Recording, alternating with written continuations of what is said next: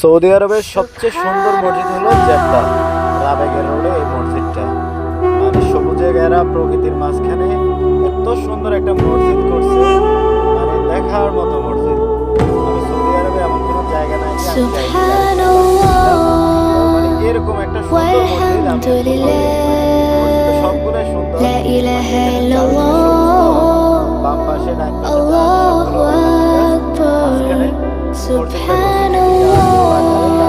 সাদা কালার